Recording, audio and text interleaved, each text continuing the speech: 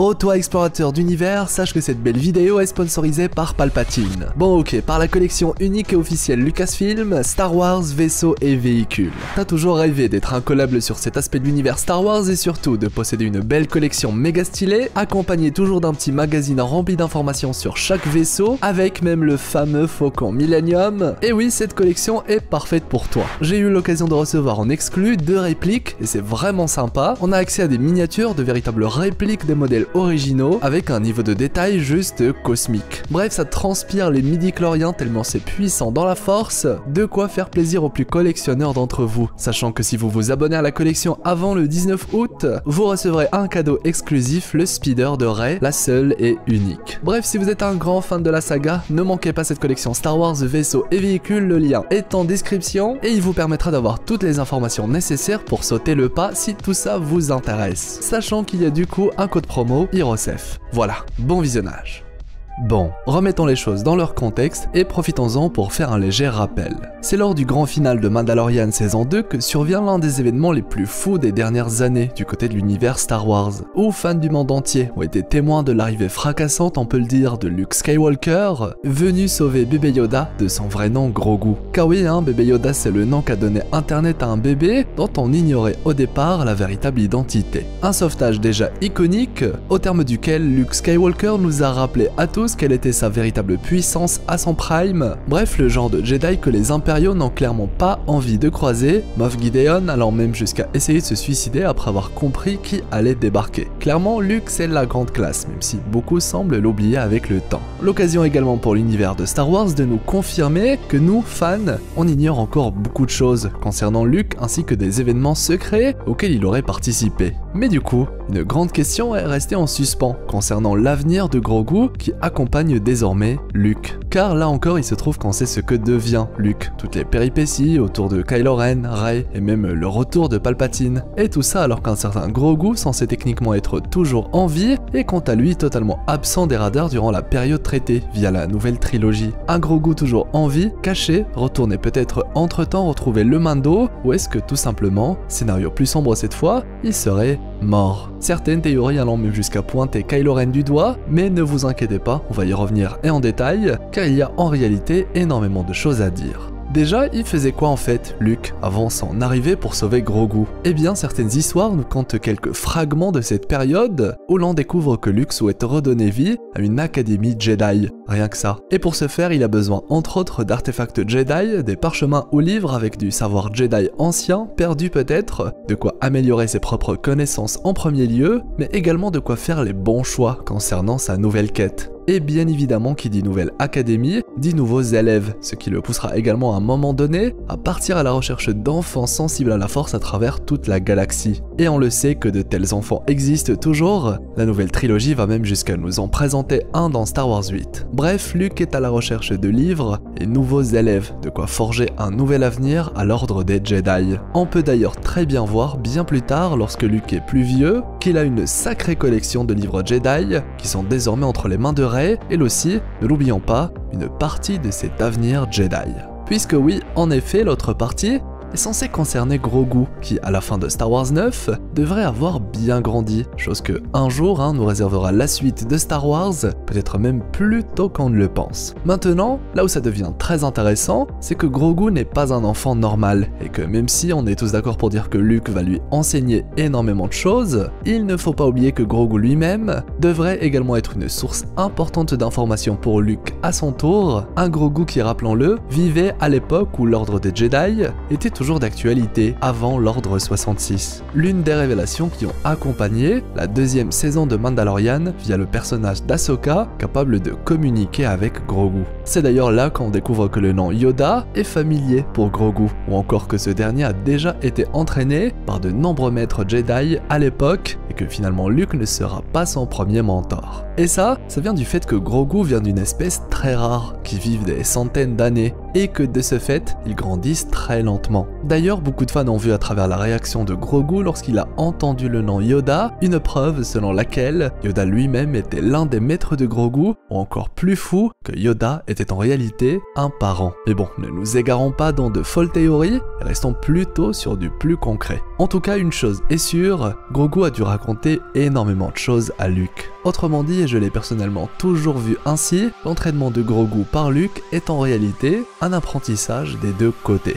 Et ça, c'est beau. Mieux encore si on apprend que Grogu a déjà été entraîné par plusieurs maîtres et qu'on voit bien justement tout au long de la série Mandalorian que Grogu maîtrise pas trop mal la force et arrive à faire des choses assez impressionnantes, c'est que finalement Luke devrait surtout aider Grogu à maîtriser une autre facette de ses pouvoirs, physiques cette fois. Car oui, Grogu est un bébé en apparence, encore plus à l'époque, ce qui explique qu'il n'a jamais pu exercer son corps, mais seulement son esprit. Luke devrait ainsi aider le petit Grogu à mieux bouger, l'accompagner durant l'évolution de son corps, courir, sauter, esquiver, utiliser un sabre laser, bref, tout le côté un peu physique de la chose. Là où pour l'entraînement mental, Grogu a déjà été pas mal rodé on peut le dire, même si bien évidemment il devrait également continuer à apprendre cet aspect de la formation également. Et n'oublions pas aussi, et c'est très important, qu'un certain Yoda peut toujours débarquer en Force Ghost pour guider Luke à travers l'apprentissage de cet être unique qu'est Grogu. Être de la même race que Yoda, bref, s'il y a quelqu'un pour entraîner Grogu, c'est bien Luke, lui-même ayant été à l'époque entraîné par Yoda. La boucle est bouclée. Mais du coup, Hiro, comment ça se fait que personne ne semble avoir entendu parler de Grogu dans le futur, que Kylo Ren n'en parle pas, ou même Leia? Eh bien, je pense qu'il s'agit là d'un secret finement gardé, que l'entraînement de Grogu, ou même son existence, ait été caché exprès par Luke et Leia à travers toutes ces années, puisqu'il est à sa manière une sorte de carte joker pour l'héritage Jedi,